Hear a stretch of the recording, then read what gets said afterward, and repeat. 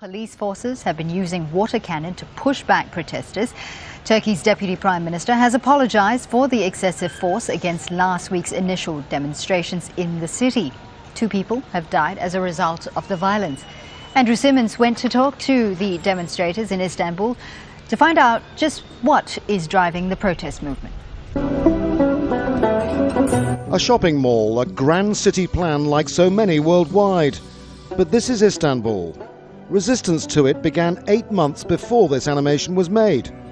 Now the urban transformation has a different meaning. It started here in Gezi Park, where the mall is to be built. Some of the trees are to stay, but protesters staged a sit-in along the lines of Occupy Wall Street when the work started. Day after day, police kept attacking to the people who are here watching the park against the working machines. Urban planner Akif Burak Atla was here last Friday when riot police moved in forcefully. People here not armed, they were like passive resistance. Everybody's sleepy, tired, and they came without warning.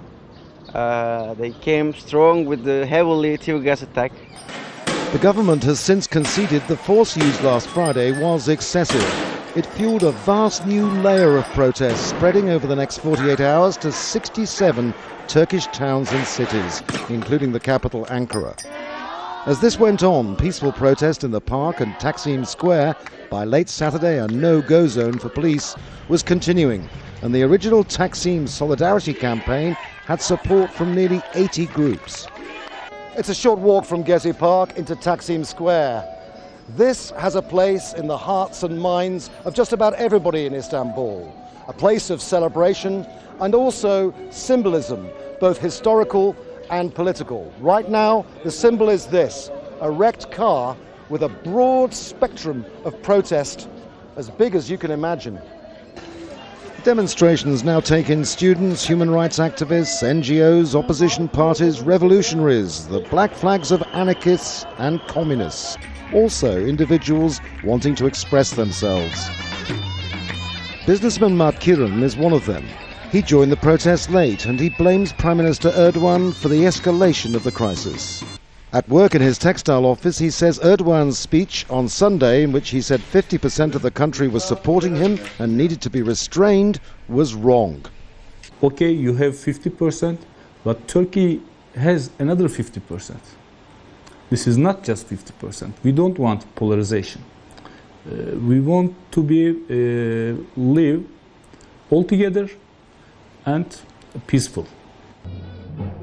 At the heart of it, many believe it's about the style of government. The project itself is not that bad, but that's my opinion, and people have other opinions. The problem is that the government did not talk to people who have different ideas.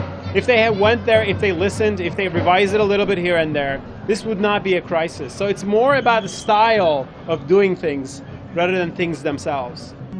Erdogan's government now is hoping to calm things down by talking with those who oppose the urban regeneration plan. But whether that will end the mass protests is a bigger challenge. Andrew Simmons, Al Jazeera, Istanbul.